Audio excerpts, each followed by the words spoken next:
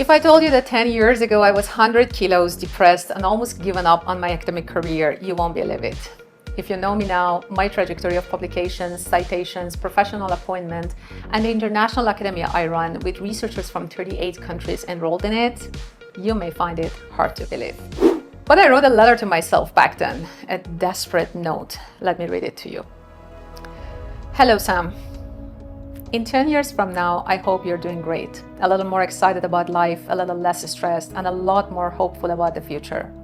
I know you're exhausted, spending hours on doing research, collecting results, and that feeling of never being good enough, struggling to write, to articulate your ideas, to be seen, to be recognized for the effort. I know you're not doing it all for the sake of recognition, but there's a part of you that watches others achieve objectives, mark massive milestones, and you ask yourself, why not me? Deep down, you know you're talented, you work hard, really, really hard. So honestly, why not you? Sam, I hope you speak English as well as you speak your mother tongue. I hope you pour your tenacity into your academic journey, and I sincerely hope that you don't give up. And then there's the extra weight that weighs you down. It's not weighing down on your body, it weighs down on your soul, your confidence, your trust in yourself every time anxiety takes you to the fridge door to swallow whatever comes your way. I know you've been struggling with feeling unseen, unappreciated, and deeply disappointed in yourself. But I hope you came to the realization that there's no one out there to rescue you. It's all you. Back then, I was 96 kilos. When I went to see a nutritionist, the meal plan would typically take up to 2 weeks to design. Those 2 weeks, I experienced the biggest torture of my life. I was working very hard. No time to move my body, no exercise, not even a simple walk in the evenings. I felt guilty for sleeping enough to take time off to rest. I was running to cook, to clean, to keep the household in place. The workload was really unbearable. The teaching, the admin, the writing, tackling English as a second language, saying yes to every request at the university. That never-ending to-do list.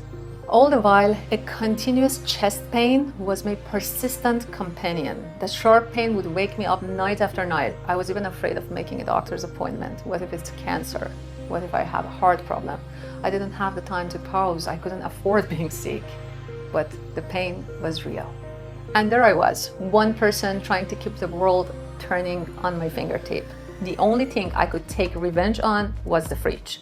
So out of stress or depression, I don't know, I ate so much that by the time I returned to the nutritionist office 2 weeks later, I put on 4 more kilos, officially 3 digits, 100 kilo. I remember I felt miserable seeing that number on the scale.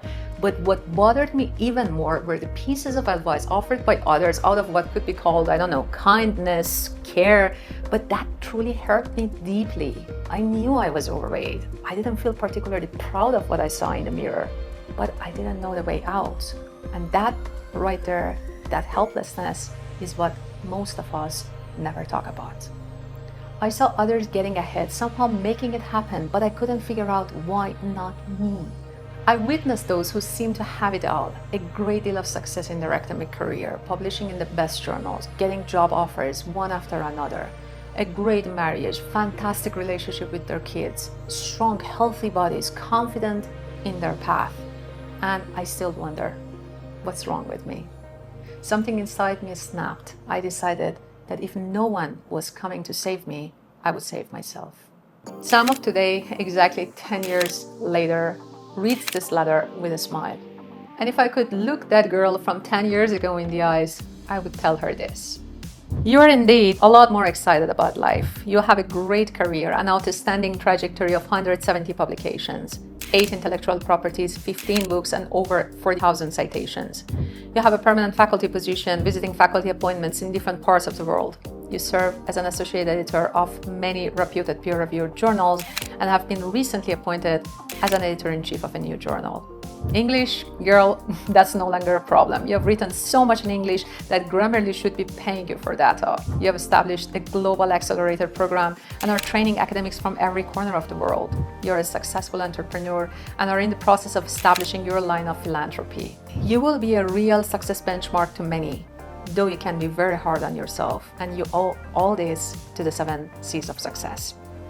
What took Sam of the 10 years ago to the current version was in essence the 7 C's of success. And for you, my friend, I share the 7 keys to success because I'm sure if they worked for me, they'll work for you as well. So here we go. Get crystal clear about what you want to achieve. Every movement is not an achievement. Use your goals as a North Star to guide you towards your destination. Clarity changed everything for me. When I stopped saying yes to every opportunity and started saying yes only to the right ones, my life shifted. Every movement is in progress. Some steps just spin you in circles. So ask yourself, are you clear about where you are going or just moving fast without direction? Say a firm yes to your goals. A strong yes requires a firm willingness to put in the effort and stay the course no matter what. Commitment meant showing up on the days I wanted to quit. When my paper got rejected, when my experiments failed, I still showed up. That's what a real yes looks like. What's the one thing you will stay committed to, even when no one is watching?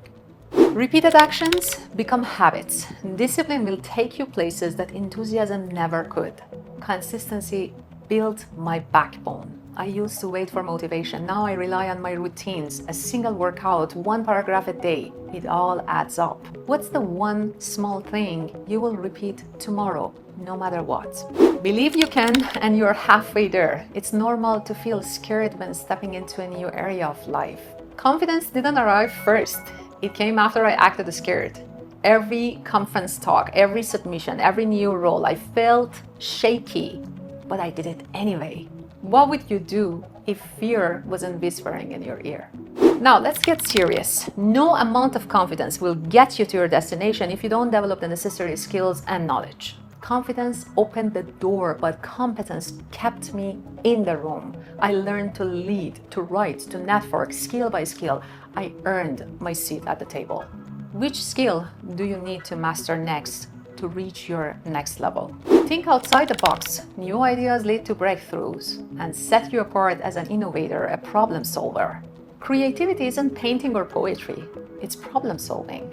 I stopped believing that creativity was strictly preserved for a few born with the art and started asking new questions and finding new ways of doing things.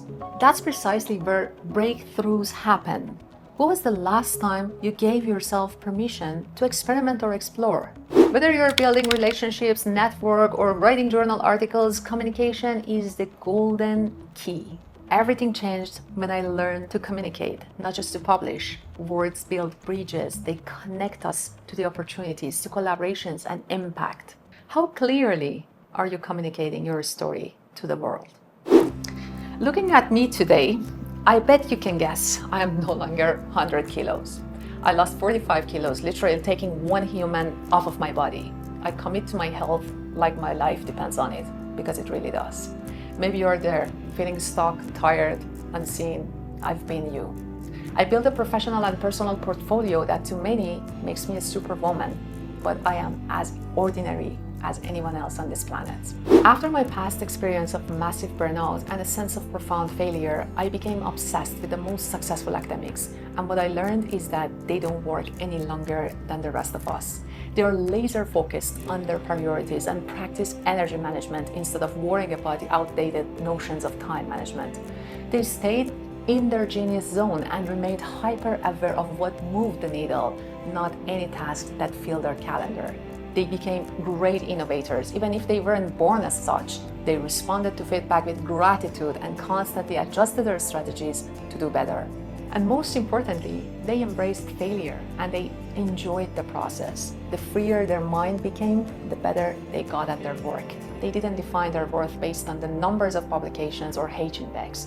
They placed their focus on a much higher bar, their contribution to the world, and the full life they lived with their loved ones. The less time you spend pleasing people and chasing their approval, the more time you spend impacting the world through your research.